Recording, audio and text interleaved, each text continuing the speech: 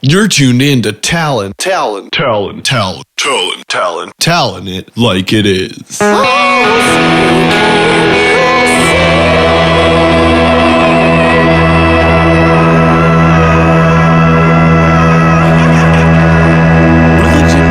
is under attack, and religious people are under attack in this country. So if you're a person of faith, there's an Obama assassin right behind you. Lower your left shoulder and do a sweeping right kick. Now, roll past him. Get back up. Keep your eyes on him. All right, now block his haymaker with your left hand and do a right uppercut. All right, knee him in the crotch. Now elbow him right in the temple. He should be down. He should be down. I'm glad we got through that together. That was definitely a close one. Definitely a close one. So glad you're still with me. Now, he should be out for about a half an hour. So over the next half hour, I want you to sit down, calm down, and we're gonna take some time to talk about religion. Now, religion is an incredibly important topic. It's an incredibly important thing. So people need to remember that religion is important in America, and America is a religious nation. And people have tried to bury this fact, but it's true. Now, you think about it this way. It's codified in law. I mean, if you look at the fact that Christmas is a national holiday, but Election Day is not a national holiday, I mean, that's the law right there saying that being Christian is more American than being American. All right. So, you know, and a lot of people don't know this, and you're not going to hear this most places. Certainly, you're not going to hear it on the mainstream media outlets, and you're not going to hear it on a lot of the online ones that, you know, the original Constitution was written on gift wrapping paper with snowflakes and reindeer. And you're not going to ever see that because, and a lot of you probably don't know that because you probably either went to public school or private school. So you got miseducated sometime along the road, and you're not going to learn this kind of facts. A lot of you probably have seen the kind of tan-looking one from the museum that's on hemp. Now, for those of you who don't know, hemp sounds fine. Sounds kind of innocuous. Sounds like a late era Three Stooge. But what it actually is, and you probably know it by this term better, is cannabis sativa. Now, cannabis sativa, I know most of you know what that is. That's Latin for devil's lettuce. And a lot of people are smoking it. And I don't think the founding fathers would have been messing around with that kind of crap. So when I see that this paper is printed on hemp, and I'm thinking, I don't remember Patrick Henry saying, give me liberty or give me Doritos, you know. I don't think they would have been goofing around with this kind of stuff. So I started looking into it, and sure enough, it was part of an agenda to diminish religion while simultaneously promoting marijuana. And that's why they switched it out in the 70s to a hemp constitution. And who did that was a president of the United States, James Earl Carter. James Earl Carter. And I say his full name because I think it's important when people go by nicknames to say their full name, so it seems like they've been hiding something from you. And it kind of points out how sneaky these people are. It says, you know, Jimmy. Oh, why do you want me to call you Jimmy if your name is James? Is it because you're afraid of who you are, maybe? You know, that's for other people to decide. But James Earl Carter was a notorious hophead. He was the commander-in-chief, if you will. If you're not familiar with the vernacular, that's a very funny pun that I just made that you can look up. Commander-in-chief. But when James Earl Carter switched out this constitution for the hemp constitution, and he removed a lot of the kind of defenses of Christianity that were in the original draft, and when he was asked why did you change the Constitution to hemp, he responded, and I do have the quote in front of me here. It's do my hands look weird to you? My hands, I feel like my hands look really weird. Do they look weird? What was I talking about? And, when a president says something like that, it's really alarming. It's really alarming because that's the same hand that has the finger on it that could press the button. And I think you all know what button I'm talking about. Button, go boom, boom. But Talon, so far in the past 5 minutes, you've covered self-defense, religion, the war on drugs, presidencies.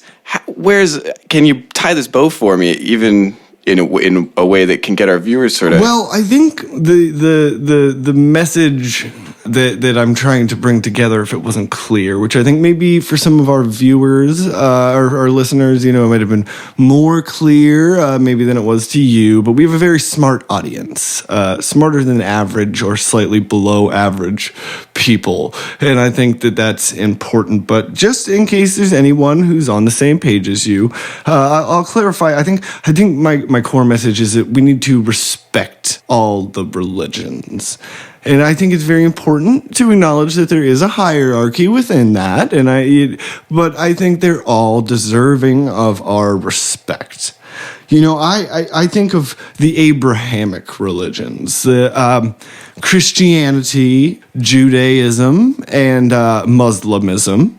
I think of them as a family together unto themselves. It's kind of because Judaism did come first. So I think of Judaism kind of as the mom of the family. And she's saying, oh, you boys don't eat fish or no, do eat fish, but don't eat crabs. She can't even remember. She's old at this point. But, and she's saying, oh, you need to cut your dicks a certain way. And the kind of things that mothers say and mothers do. And it's this kind of old... And then, of course, Christianity is kind of... I've always kind of related to Christianity in this family because Christianity is kind of the golden boy. It comes along and is just so good at everything and it's kind of wins at all the things and everybody loves it and everybody looks up to it. And then Muslimism is kind of... I think of it as the little brother of Christianity.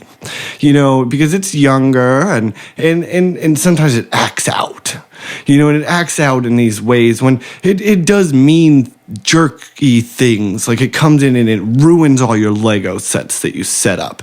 And it's just because, and he says, oh, well, it's because you all beat me up every day of my life and I just got mad. And you say that's no reason to mess with my Legos, and that's the kind of dynamics that we have. But I think that over history, time goes by, we'll work it out.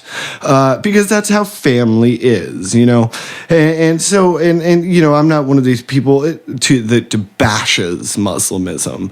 I think it has its place. I don't know where that place is, but I think it does have one, and I think it's important to be respectful, but I also think it's important that people have to remember that we're the big brother. And I really don't want to sound, I don't want to sound disrespectful for a minute, because I think what's important is that, I respect all three Abrahamic religions so much that I actually honor all of their Sabbaths.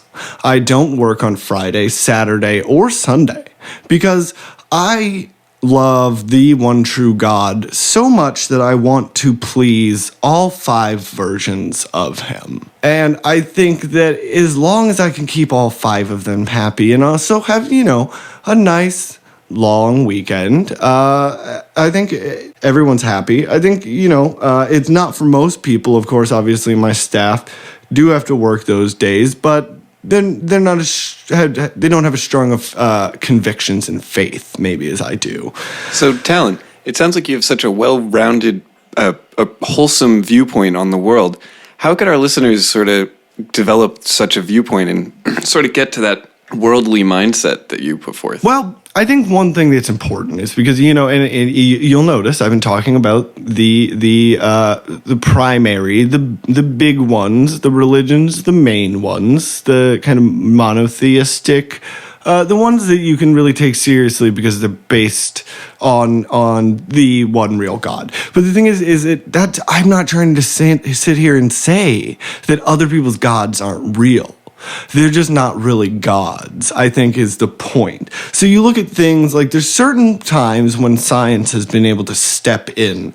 Like with Buddhism, there's this belief of oneness and everythingness and nothingness. And apparently this quantum physics come along, and all these guys, they put time in a beaker with some chemicals, and they figured out that everything is really an illusion. So you think that religion, you're like, okay, so you don't really have a god so much but there is something to it. There's a kernel in there of value. And I think there's things you look at the Nordic religions, for so long they believed they had these gods. And then obviously we figured out through science and literature that Thor, that they come from another planet and that they're aliens. So you look at them, and of course these Vikings, they're savages. They were only just inventing standardized currency at the time. They obviously see these aliens, they think, oh, they must be gods, so they worship them. And it's understandable, but now that we have the understandings that we have about things, we can kind of look at that and think, wow, they were these dumb savages. How repugnant and how far we've come. And you look at another one, the Native American god Krishnu, the 8-armed blue god of the Native Americans. I think you might be talking about the Indians. Oh, okay. We're going to have to edit around that. That is not the term anymore. That is... Woof. Can you imagine the mail that we would have gotten? But we can edit this out. All right. That is unprofessional and offensive. The Native American god Krishnu was actually a giant spider in a human suit. And everyone said, oh, well, you must be a god. And I think he... or it was trying to pass just as a regular human, but the suit was blue skin and had all the arms on it. And of course, to a spider, that looks like a pretty good human. They don't know the details, but to all the people, they said, oh, gosh, Krishnu, and they worshipped for him. But I understand that, because people are not kind to giant spiders. And that's another thing, is that, for a world of faith, we can be really hateful to some. And the giant spiders, the giant 8-foot tall spiders, are constantly belittled, discriminated against, put upon, and that's something that does need to stop. But once again, not a real god, but deserving of our respect nonetheless. And not a fiction. Not a real god, but not a fiction. What is this line that you're drawing, Talon? What I'm saying in that situation is yes, it was a real spider. It's not as if these people were somehow stupid. They were just ignorant. So for them to see this thing, it's not as if somebody imagined it. It's not as if it was just a lie that was made up. It was just more of a misunderstanding that they just didn't have all the information they needed to make the right religion. And now a lot of people feel like science is replacing religion. I hear that all the time. People say, oh, science is replacing religion. And I don't think that's right, because I know a lot of these people out there, they effing love science because they think that it's not a religion, but it is a religion, but it's kind of this weird, different type of religion. And I don't take too kindly to it. I mean, there's good things about it, like cars and kind of cool, like GAC and that kind of thing that comes from science. But I think there's a lot of damages to it too. And I think a problem is that this, like I was talking about earlier with this quantum physics. This quantum physics, basically what it says is there's all these dimensions and everything you ever imagine becomes true somewhere. So in a way, it's this science has become a thing that writes itself, and it's not trying to find the truth. It's people tricking reality into being different than it was. And I'll give you examples examples of that because I think science has come along and replaced magic in a really harmful way. If you think about potions, people used to take potions for everything, and I'll tell you what, they worked. Potions always worked. But and I will admit that maybe it's something called the placebo effect. And people say the placebo effect is when you think something is going to work, and then it does work. And then they act like that's some kind of bad thing. They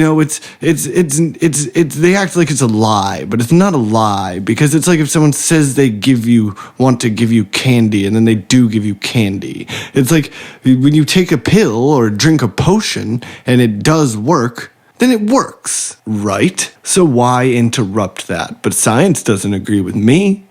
It doesn't agree with you. Science wants to come and they say, we want to do a study that proves that it doesn't work. And then we're going to tell you that this study said that it doesn't work. And once we tell you that it doesn't work, it won't work anymore. So they're not finding out the truth. They're taking away your potion's potency. They're taking away what you used to have. And I think that's the thing about science, is it's always trying to take things away. For instance, Galilei was a scientist who lived in olden times, and he made himself enemies with the church. And when a lot of people get taught about it in school, they say that he was this good guy scientist who was trying to tell the truth but really, and that the church was evil. Don't forget that part, of course, because in public school, that's always what they tell you, is that the church was such evil bad guys who did all the wrong things. Even though schools are really that, if you ask me, but that's for a different episode. What I'll say is that they say that Galileo, was this good guy scientist. He was making a machine to switch the sun and the earth. And that's because he had paid all this money to have all these posters made of a solar system where the sun is in the middle and the earth is going around it.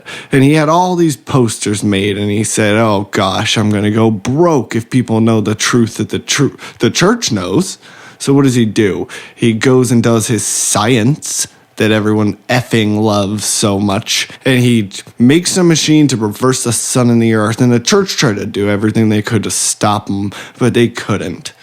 They fell short, and he did it. And that's the way it really looks now, all dumb with the big fat earth in the middle. And I think about how much that's ruined everything. And this is just one of many examples of science doing bad things. And, everybody says it's good because they make medicine, but it's only because they took our potions away that they need to make the medicine. So, Native Americans used to be able to make rain just by dancing. And then scientists come along and they say, hey, Ed, that's not going to work. And you're already self-conscious when you're dancing. You guys know that. And when somebody criticizes you about your dancing, you're just going to break down.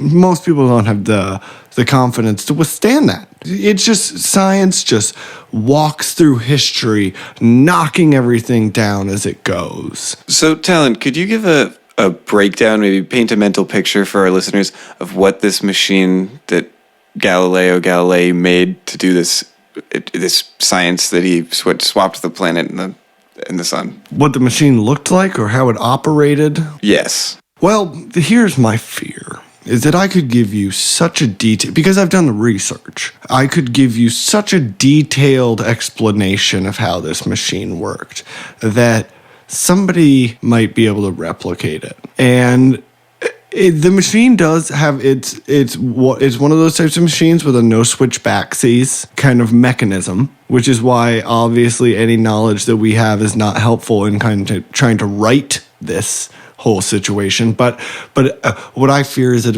if I gave you an explanation of it, that someone out there is going to say, "Oh, I think Jupiter might look really nice over where Neptune is," and that's not going to be good. That's going to, when you start, we're just now recovering from that sick SOB be Galileo's hijinks. And I just don't want to put that out in the world. It's the same reason I don't tell people a lot of the things that I don't tell people. And I tell people a lot. But and trust that, folks, is that if there's anything I think you need to know, I will tell you. I will be there to bring you that information. But and I think I know you well enough to know what you can't handle. So I want you to know that when I'm not telling you something, I'm looking out for you. And I want you to remember that. And I want you to always remember that you can always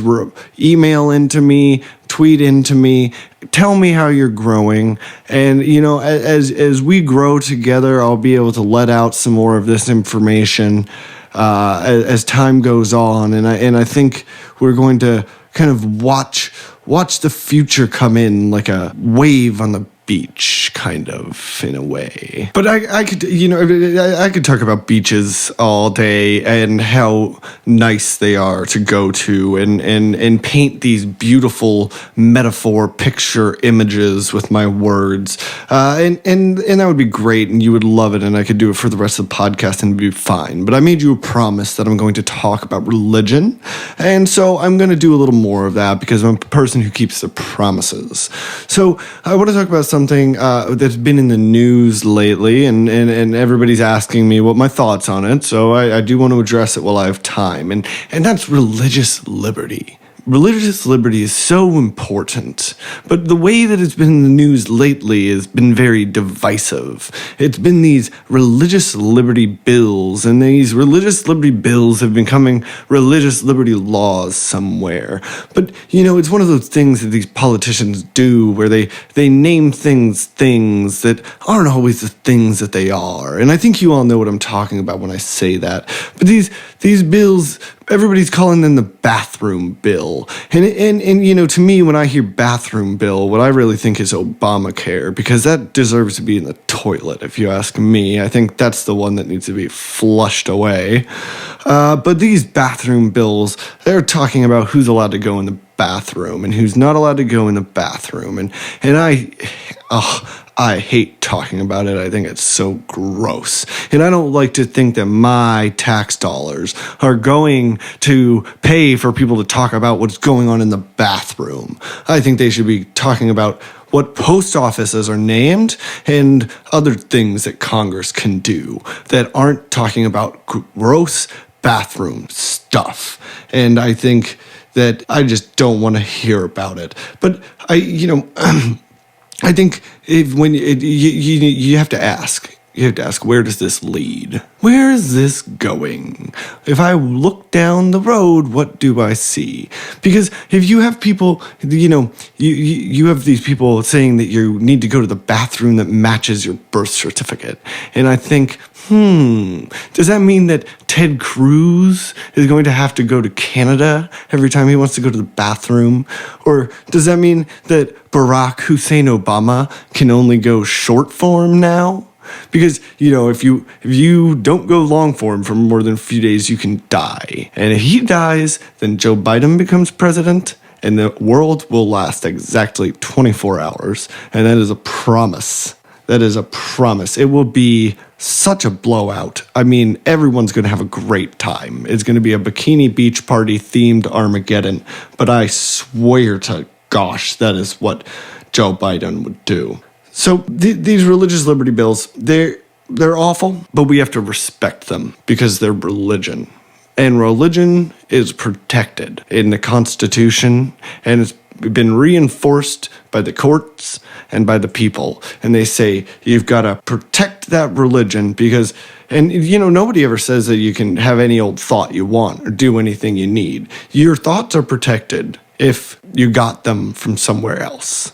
If you shop for your thoughts, you can go and you find a religion that has the things in it that you like and you pick it, and then nobody can ever stop you from thinking or doing those things ever again. And so that's why, these people, they're all freaking out about this religious liberty bills when they knew gosh darn well what country they lived in. It's the United States of America, and we protect religions, and we protect what you do with your religion. So when I see all these liberals out there, these Bernie supporting, chanting, people talking about everything, about what matters and doesn't, and saying about how they're the 99%, and it's you see them out there, and I think, you know what, if you want anyone to take you seriously, if you want your agenda to be taken seriously in this country, you need to get together, put the doobie cigarette down, take 28 days to get your head straight, and then you guys get together and you can start a religion that's based on tolerance and nonviolence, stopping wars and not hurting people. And you can put in stuff about being kind to your fellow humans and treating everyone like they're your neighbor. And you can put in all sorts of hippy-dippy crud about taking care of sick people and taking care of all the poor people and giving them bread. And if you want to add some kind of more radical social stuff about rejecting materialism and all this garbage that you people seem to love so much. If you all get together, get off your tookuses and make a religion that holds those things dear, maybe we can sit down and start to try to do that. But until then, we're going to do things the Christian way. So, Talon, I hate to jump to a point in the conversation so far back, but you were mentioning your aversion to bathroom activities. How did potty training with your children go? We would have to get the wife in here to find that out. See, here's my thing about parenting is that when I want to be there for the parts that I want to be there for, that I think it's important for me to be there for. But they don't, because if I'm in the bathroom while they're doing the stuff that people do in the bath, if I was in there and they were doing that, I might react a little bit by throwing up on them, and that might give them shame in their life. So what I decided to do was the years that they were potty training, I just stayed over on my side of the house. And once they were done doing that, by that point I really liked my side of the house, but I do see them much more often now. And it's going well. And, a little bit of a plug. We are going to have an episode about parenting soon. So, all you people who have kids, make sure to tune into that. And all of you people who don't have kids, build a time machine, go back 8 months and 3 weeks, knock someone up, and this episode will be, you'll enjoy it in time. So I guess, again, I'm getting away from the religion talk, and that's what I promised you. And so I want to say out there to everyone with faith, everyone with conviction in their heart, and everyone with a dream of a better tomorrow. He's waking up again. He's waking up. Turn around, and finish him off!